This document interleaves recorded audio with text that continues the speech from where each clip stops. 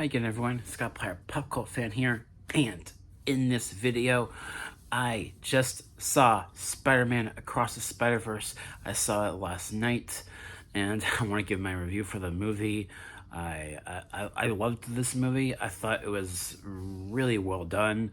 I definitely think that similar to the first film, it's like an art book come to life. Like the animation style, it's so unique, and they try so hard to make every reality, every universe different and distinct from one another, and it really shows with the animation style.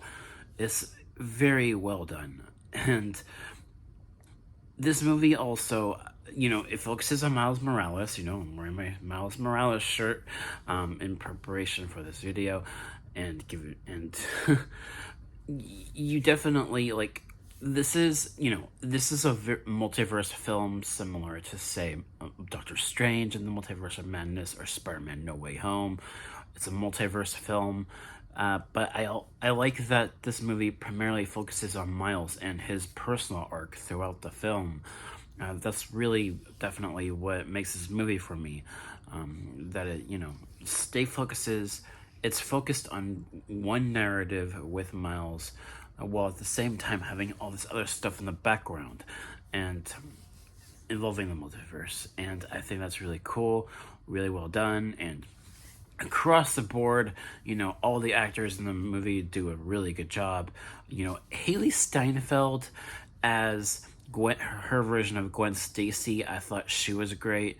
I liked the way this movie began. It was because you get a lot more screen time with her. You get a lot more screen time with her, Gwen Stacy, and the way this movie begins, you definitely follow her. Like, she's basically like a second lead in this film. She's not a side character. She's a second lead, co-starring alongside Miles. Like, both her and Miles really keep the story going, and the relationship between the two of them is a lot more fleshed out here, and I really liked the way they did that. It kind of in a way, once this movie gets to the point where you're with Miles and her at the same time, it's almost like what you would expect with a Spider-Man story, also being a bit of a love story. There's a little bit of that here, and it's just, they did a really good job with that as well. Almost every aspect of this movie was really well done, and the music was amazing once again. I don't really have any flaws with this movie. I saw this movie in theaters with my mom, and she nitpicks sometimes. She has a hard time understanding multiverse stories. I don't, but alas, I also think that this movie did a very good job with also having like chock full of Easter eggs and references to countless Spider-Men. Whatever kind of character you can think of that has spider-related abilities, it's in here. There's like the third act of this movie takes place in this like really futuristic looking city, and you see so many Spider-Men. It's nuts. And there's some really fun cameos in this movie. I'm not gonna spoil anything here, but there are some really fun cameos in this movie. Oh man. And definitely, this movie connects a lot more to the MCU than the first film did. I will say that, this is an MCU film for all intents and purposes.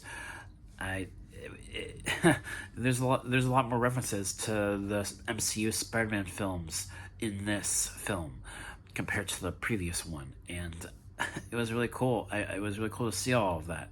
And also, this movie, it's a love letter, not just to the movies, but to everything in regards to Spider-Man across multiple mediums, TV, video games, and it's crazy how many references there are to all of that.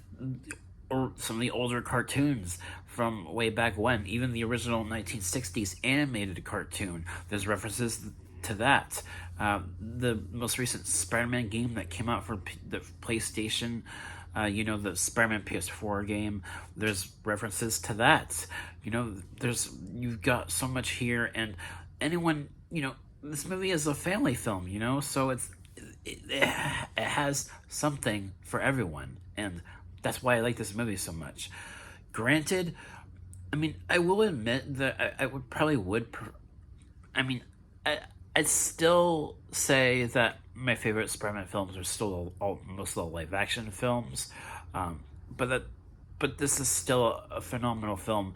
If you ask me, there has not been a bad Spider-Man film. I like all of them, really. Spider-Man 3 with Tobey Maguire, that movie has its issues, and I know a lot of people don't like the TASM films, but I enjoy them. But if you ask me, there has not been a single terrible Spider-Man film. And I'm mainly talking about Spider-Man. I know there's also the Venom movies and Morbius, but that's another topic for another day. Those are spin-offs. They are sort of connected to the MCU Spider-Man films as well, but those are spin-offs. They don't focus on the spider characters, so I wouldn't include them in a ranking, really. But yeah, this was a phenomenal film. I loved it. I'd probably say that the first film, I like that one. Actually, I like them both equally. I like both Into the Spider-Verse and Across the Spider-Verse. I like both of these films equally. They're both amazing. They're both well produced. And I can't wait for the third film, which comes out next year in March, Beyond the Spider-Verse. I can't wait for it. There's no post-credit scenes, actually. This movie doesn't have any post-credit scenes. There is like a tease of the third film in the middle of the credits, but it's not a post-credit scene. It just says Miles Morales will return in Beyond the Spider-Verse, which comes out next year, and I can't wait. So if I had to give a grade for this movie, I would definitely give it an A. I don't really have too many flaws with it. I don't have any flaws with it, really. I understood, I know not everyone probably understands multiverse stories. I do. So some people might get a little bit confused with some of the explanations in regards to the multiverse in this film.